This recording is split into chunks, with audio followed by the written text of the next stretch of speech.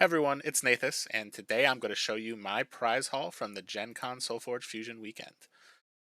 So as you can see here, I got a lot of stuff to go through. So I'm going to start with the prizes that we got from Worlds, and then I'll go into some of the prizes and promos that we got from some of the other events. So Worlds was a great event. We had 17 people battling it out for the title of World Champion. And for coming in first, I got a lot of prizes from that event. So the first thing I want to show off is the trophy that I was able to get from the World Championship. So this is something that I am very excited to have on my desk and kind of look at while I'm working and playing some SolForge on the computer. But this is a really, really cool trophy. They did a great job with it. It's like a clear acrylic with a SolForge Fusion Tempest Forge on it. So this is a really, really nice trophy, and I think they did a great job with this. So this is a really awesome prize that I got for getting in first place. I'm also going to be able to get my likeness on a card in a future set. So that's something I'm really excited about. I'm trying to figure out exactly what I want to do. So that is one of the prizes I was able to get for Worlds. So then if you came in the top two, which I'll show this mat off at the end because I have a lot of stuff on it, we were able to get an exclusive Reveler playmat, which is something that is I'm going to use it every time I play SolForge from now on. Um, when you got in the top four, you got this really cool foil deck with an Alt Art Sunder. So everybody got different foil decks, but they all came with an alternate art Sunder that's based off the storyline that's been happening over the last year.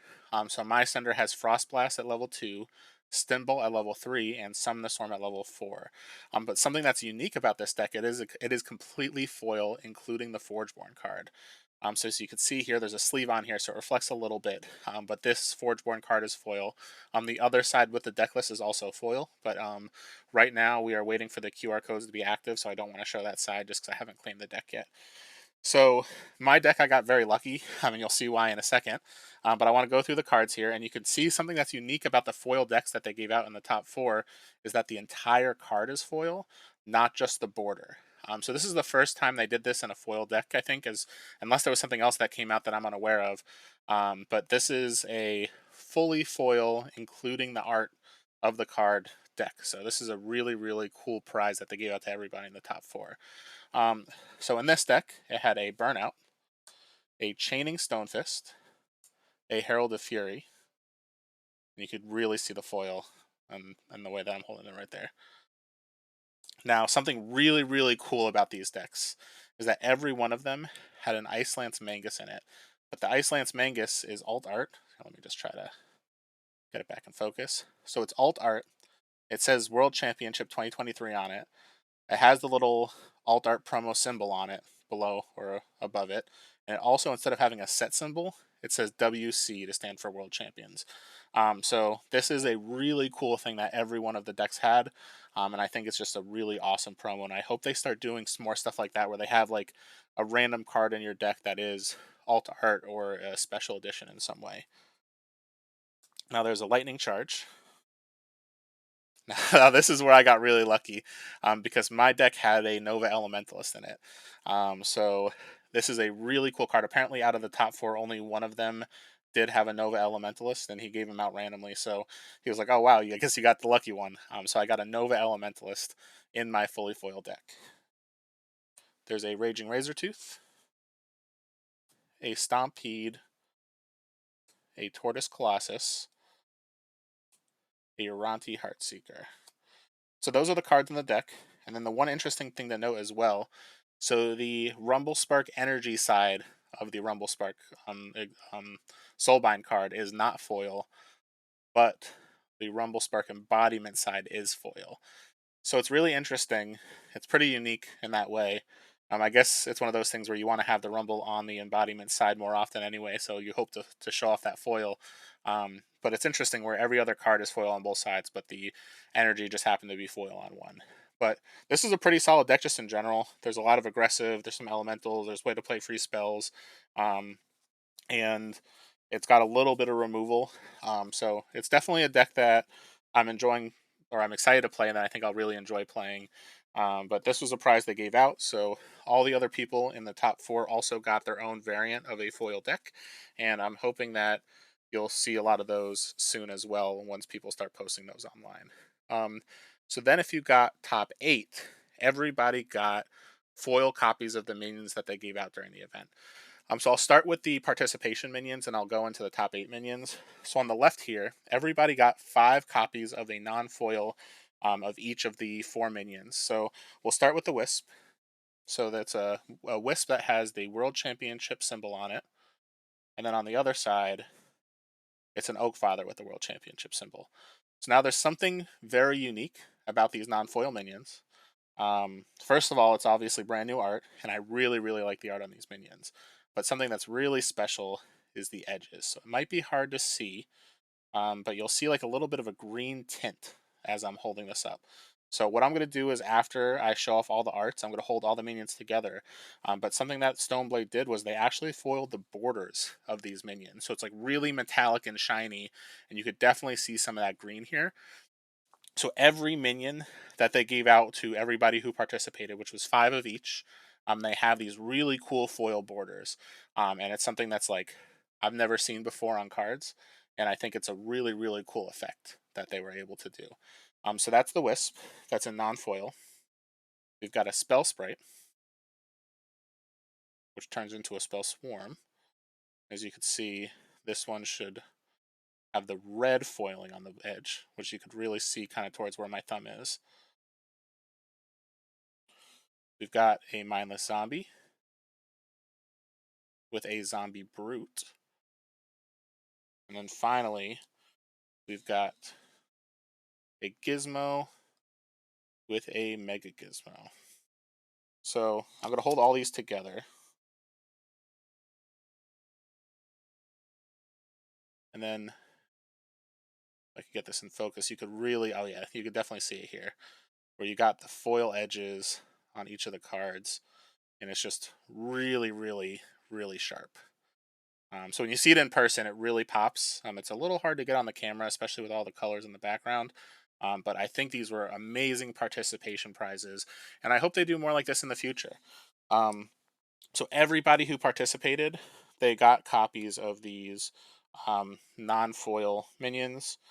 But then everybody who got in the top 8, they got 2 foil copies of each of these minions. So I'll show off the Mindless Zombie first. So if you see, it's a full foil, just like those alt art decks that I was showing, and it really, really shines. And then here is the Zombie Brute side that is foil. Now, the one thing about these foil minions is that they don't have the foil edges. You can definitely see it's just normal cardboard. So something that Alex mentioned was that these minions, I guess you could do either foil border or foil art. So they picked foil border for, there we go. They picked foil border for participation and foil art for top 8. So these minions look so nice in foil. And it's one of those things where I actually have a hard time debating if I'm going to play the foil version or the non-foil version first when I have a Wisp or another minion that I'm going to put on the board. And then finally, the Spell Sprite. But yeah, out of all the minions that they've released so far, including Kickstarter, the Sketch Ultimate Championship ones, these minions are by far my favorite. So I'm really happy that they included these in the prize pool. So let me get these off the playmats just so I can clear up a little bit of space. Like I said, we got 2 of each of the foils if we top 8'd, and you got 5 of each non-foil minion just for participating. Now, something else that's incredible that you got just for participating, which everybody got one of these really, really cool life counters. So what Alex did was he gave one of these out to everybody, and it had 2 dials equal to the Forgeborn that you were playing as your primary Forgeborn. So I was playing Cersei, so mine had 2 Necrom symbols. Now the really cool thing about these is that these dials, first of all, let me just spin it to kind of show. It's like really slick in terms of like it clicks into place every time you turn these dials, so you can really keep track of your life. But the thing that's really cool is that these dials are magnet. So what I could do is I could just pull this off. You can see under here that there's a bunch of magnets to help it get into place. Then as you spin the dial, it just falls into the different magnets. So something that me and Namrog did when we were playing was we were like, hey, he was getting a Utera set of dials. I got a Necrom set of dials, and we were both playing green purple, so we both traded. So we each had a Necrom and a Nuterra dial on our wheel. But these are really cool. So on the back, you have that kind of nice little splatter pattern that they were putting on these. On the side, you get more of that pattern as well. On the front, it says SolForge Fusion World Championships 2023. So this is something that is a really, really cool prize they gave out. I think initially they were potentially just going to give it to the top 8 or the top 16, but they were like, we have enough. We're going to give it to everybody who participated in Worlds this year. So this is something that I'm so excited to use for some of these in-person tournaments that are occurring. So it's a really, really cool prize. When I heard there was going to be an aluminum life counter, I was like, oh, okay, it's going to be kind of like those cardboard things in the store championships. But this is incredible. It's a really, like, it's got a lot of weight to it. It was really well made. So I think this is an amazing prize, and I hope they do stuff like this in the future as well. So those are the main prizes you got for Worlds. Now, if you got top 2, you got one of these amazing Reveler playmats, which I've kind of been revealing as I've been pulling stuff off this playmat. So both me and Mundungu, for getting top 2, both got one of these playmats. It's got World Championship 2023 finalist on it, and it's of the Reveler art. So one of the cool things about this is, because even though it doesn't have Exalt boxes like some of the other playmats did that they spoiled, this one has room for you to play your Exalts. So, for example, if I've got my Forgeborn on the table, I've got my deck in place, and I could basically just put my embodiment, and they left space basically for the lanes without having the boxes to be able to put my Exalts in whatever lane that I need to. So I really like this as like kind of their solution to having Exalts in space for it, because I could still put my creatures and anything else in the top 2 rows, no problem, but then you really get to kind of enjoy the rest of the art of this playmat as you play. So I think this is what they're doing moving forward, because they also did it with the Yeti playmat that they gave out for the conventions. So this is an amazing, amazing prize. They did mention that apparently there's only 2 of these that were ever made. So Alex is like, I don't even have one. It's just you, me, and Mundungu are the only 2 who have it for getting into the finals of Worlds. So I'm so excited to be using this playmat over time as I play in person, and something that I've already used it during the storyline and the sealed events, and a lot of people are like, whoa, that's insane. So I love the mat. It's a great conversation starter, and it's just very colorful. Because when I play games, I really love the play mats that have a lot of color that really pop. So this is an incredible play mat, and I'm just very, very happy to have one of these. Now, there's a couple other things on the table, and actually I'll put 2 others on here that I had to the side. So this is my haul from some of the other events as well. So we'll start with the sealed. So if we played sealed, you could potentially win, or everybody would get at least one alternate art sketch deck for just one. You get one for participating, and then depending on your record, you could get up to 4 for participating in the sealed event. So these are really cool because it's like a normal set 2 Korok, but it's got sketch art on it, and it's got like, it's just one of those things that it really, really pops when you see it in person. So this one has a lightning speed, demolish, and blast wave as the 3 abilities. It really does feel like somebody sketched this on the card, so they did a really good job with the art here. Now the deck itself is a normal deck, so there's nothing like different about the cards in the deck itself. But one thing we notice is that the the Soulbind and the Betrayers are very highly populated in this whole sketch deck population that they gave out.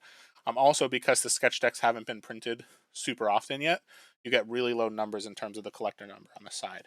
So what I'll do is I'll quickly go through the 2 sketch decks that I received from the sealed event. I ended up going 3 and 2. So I ended up getting 2 total sketch decks from the event.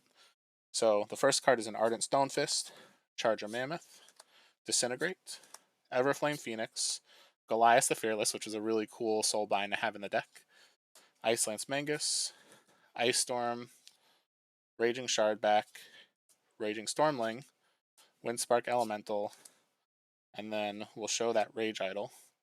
So when you play the Goliath, you get a Rage Idol. So when an enemy creature is destroyed in this lane, he'll do damage to the enemy player.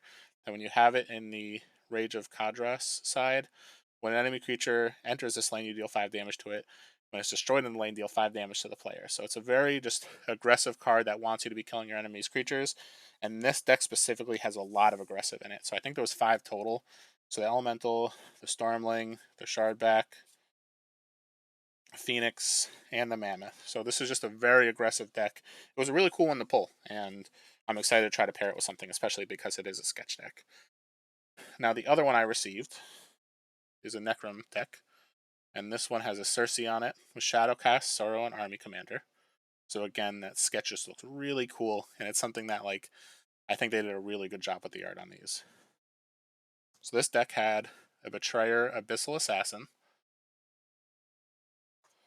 an Ardent Fiend, Dreadbolt, Brave Pact, Grimgaunt Harvester, Horrific Butcher, Indomitable Fiend, Raging Revenant, Shadow Strength, Zombifying Slime, and that's that deck. I was about to say and, but there's just a minion at the end. So these are really cool prizes that they gave out. So everybody who participated in Sealed got at least one of these. And then if you got, I think, at least a 3-2 record, you got more decks. So 3-2 got 2, 4-1 got 3, and then 5-0 got 4. So you would get one of each faction, which was just a very cool way to do it. And those were really nice prizes. Now, what I have at the top right, this technically didn't occur at Worlds, but everybody who participated in the League of Champions got a set of special promos. And if you went to Worlds, you got these promos in person. If you did not make it to Worlds, everybody who participated is going to get these mailed back to them. So the first thing everybody got is a League of Champions Forge. So this is a really cool one. I really like the art here, and I like that it says 2023 League of Champions on it. Now, obviously, the other side is the same, but just the black and white, just like your typical normal Forge. But this is something that everybody who participated in in the League of Champions is going to get one of these. And like I said, because I was there in person, I was able to pick mine up from Alex during the events. Now, everyone else who participated as well, they got 5 of these Spell Sprite alt arts. So what I'm going to do is I'm just going to show one of these. I took it out of the sleeve so it's easier to see on camera. But it's a Spell Sprite. And these are really unique because they don't have that like normal just like red border around them. So these are full art. And it's just the color scheme on these is incredible. So here's the Spell Sprite side. So it obviously has all the words. So the minion, creature, elemental, when you play a spell, give it 2 attack. It says League of Champions on the bottom, and it has the level of the card in nice big font to the left. Now when it transforms, you get a Spell Swarm, and again, the color on this is so nice. It has the level 2, also says League of Champions. So I really hope they kind of take this route of these full art minions, because just to compare to a normal minion, you typically have a larger text box, you have that border like you typically would see on a normal card game around the card and the color of the faction that you're playing. But the fact that these are just full art, they're really nice. So that was the prizing that you received if you participated in the League of Champions. But yeah, it's just one of those things where I'm very excited to see as they continue to do more promos and prizing, how that's going to kind of continue to evolve. So now the last things I have on my playmat here are from the storyline event. So if you participate in the storyline, every round you would get one of these storyline promos. And what they did was they helped control the game, and kind of like they were almost like world enchantments that would control different aspects of the game. So the first time each turn that you would play a creature or you would do something that would trigger one of these, you would do that ability. And then you had the ability or the option to use a special ability on each of these storyline cards, and it would flip it over. So it might say like deal 6 damage to an enemy creature. Then it would flip it over, and it would be like a consequence on the other side. So the consequence would be something that, depending on your faction, it would be something that would hinder you for the rest of the game. So you would get a really strong, cool ability just for activating it. You would have a static ability for leaving it and not activating it. But then when you did finally say, all right, I'm going to activate my Forge or my storyline card, you would get a great, powerful ability, but then you might be hindered for the rest of the game. So my one regret from this event is actually reading the backside of the cards before we started the match. Something that would have been really cool was to not know that negative drawback until later on in the game when you actually decided to do it. So what I'm going to do really quick is showcase these cards. So if you played in each round, you got to keep whatever card you received. And then at the end, depending on who won the storyline, and based off of the metrics of the story, there was a forge that was given out. So that's what you see on the side, and I'll go into that at the end. So the first round, it said during this round, the first time when, and then depending on your faction, it would the first time when you for if you were a Loyan, when you one of your robots enters the field, you give it +1/+1. If you were playing Necrom as your primary Forageborn, when one of your zombies entered play, give it +1/+1.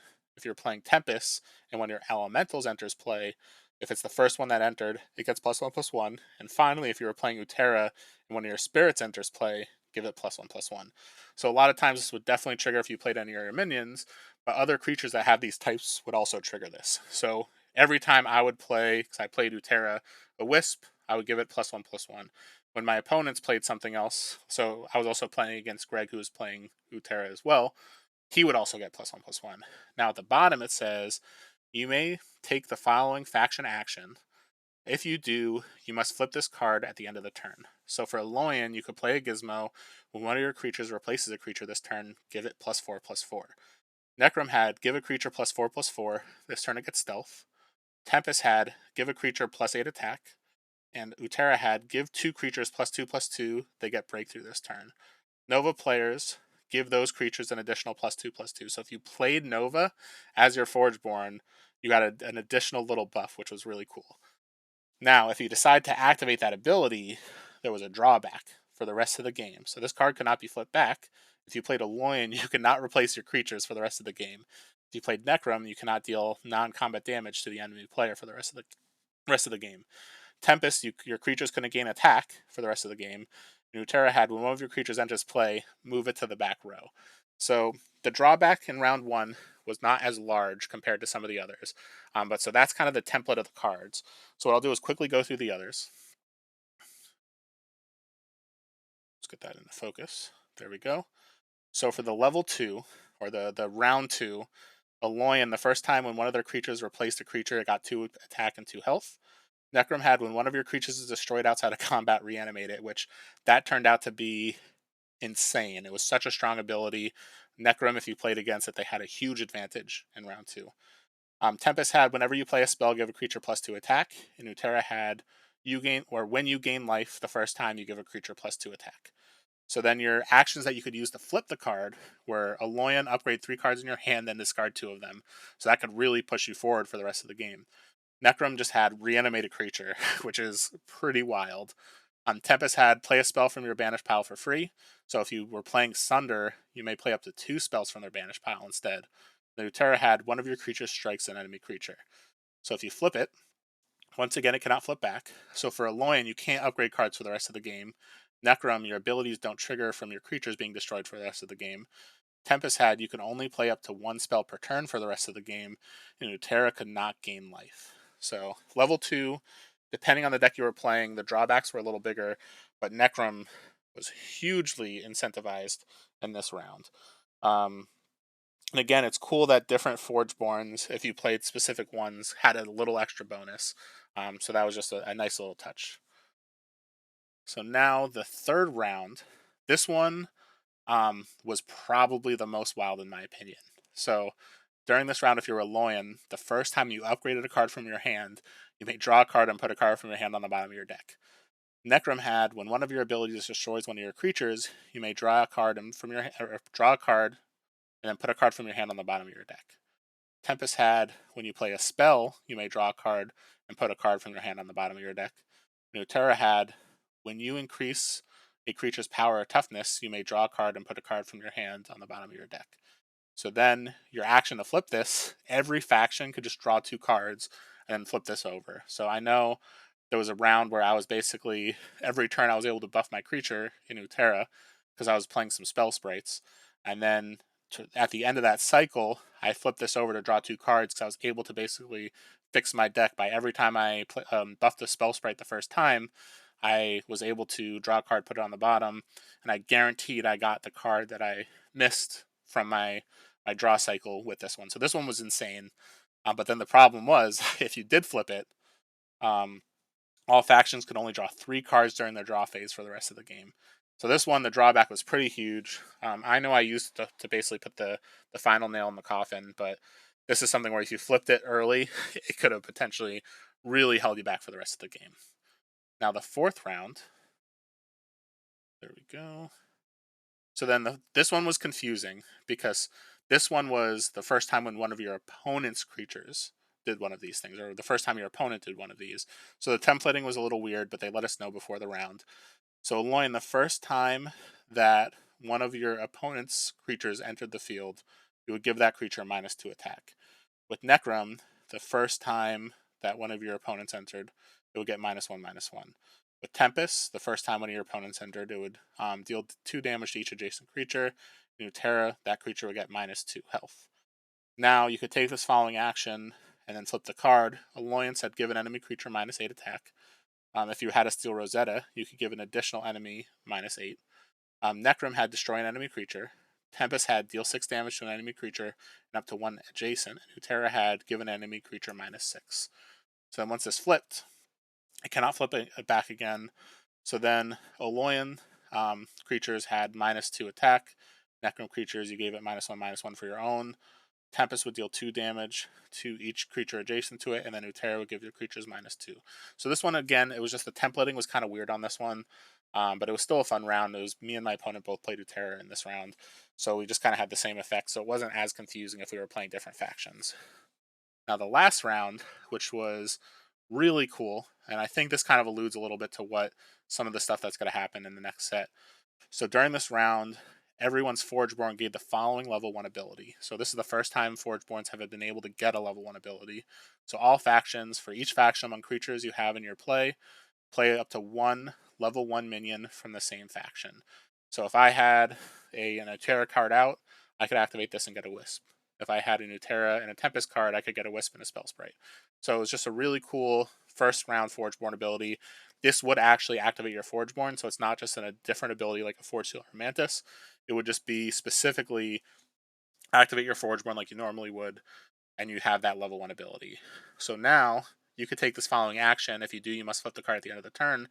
Any faction could use any one of your unused or unused Forgeborn abilities, regardless of level.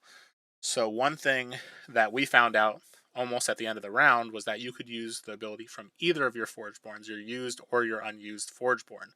Um, we thought it was the used or unused ability of the one that was active. So when Alex let us know that, it was just a really, really cool way to finish that round because it just opened up a lot more um, abilities that you can use that you normally couldn't. But if you do use that activation, which could be used at any time, so that's almost like a Forge Seal or a Mantis, because it wasn't a Forgeborn ability, it was an action of the player to actually use that ability. You flip it over, and you cannot use Forgeborn abilities for the rest of the game. So this was a really cool event. At the end, so I know I personally flipped every round that I possibly could. Um, at the end of it, they said that it was between Utera and Necrom, but that I was playing Oros personally. They're like, because so many Uteras flipped their Forge cards, that Necrom was the winner of the event, and they're now the new controller of the Forge. So Tempest in the story had controlled the Forge based off the last storyline event at Gencon last year. So now this year, it's Necrom. So you get this really, really cool foil Forge card. So it's going to be really hard for me to pick which of my Forge cards I'm going to be using moving forward. But everybody who participated got a foil Forge for Necrom. So now they had to print Forges for every faction because they didn't know which one was going to win. So something that was really cool that they did was at the end of the event, he went through and they had posters that represented each faction. And then depending on which faction won, they would rip the posters of who was eliminated from the race. But then they actually had the cards out there, which I'm looking for right now, because what Alex did was he ripped up the actual Forge cards in front of us for the factions that did not win. But then he was like, if you really want to get the scraps, you can. So I thought it'd be really cool to have. Oh, here they are. Some of the scraps that were from the ripped up Forges, just to show kind of what the art kind of looked like. So some of them I got close to complete cards. I didn't really get the Otera side.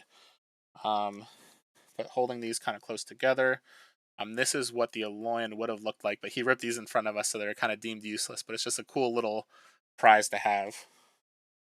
Um, This one's close as well, but they don't match up exactly. This is the Tempest one that they did. And then Utera, I only got a couple pieces that kind of make it up, but this is what the Utera Forge would have looked like. So it was just really cool to be able to, like, a lot of us were kind of scrambling, picking up like confetti at the end. It almost felt like a Taylor Swift concert where they shoot confetti at the end and everyone jumps down and picks up all the confetti, even though it's just paper. So I know that happened when me and my girlfriend went to go see her a couple months ago. But yeah, so it was a really cool storyline event. It was cool to see those forges destroyed as we played, and just those promos that were given out were really cool. So that is everything that was given out at the Gen Con event. So again, here's the full playmat with nothing on it for people who want to see the art.